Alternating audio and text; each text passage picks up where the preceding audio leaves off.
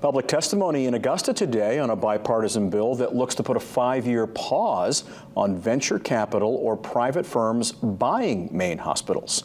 Supporters say failing hospitals turn to private entities for a quick investment of money, which then turns to providers caring about profits.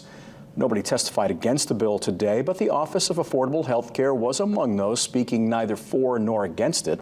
The office agrees the current healthcare system has issues, but this might not be the perfect solution. We agree with the sponsors of this bill that action should be taken to protect Maine's healthcare system from potential bad actors or from unintended consequences of financially motivated transactions.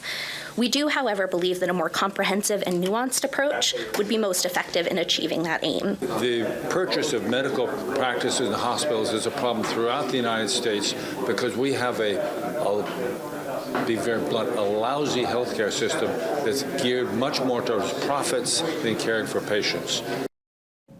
The bill now moves to a work session, which has not yet been scheduled.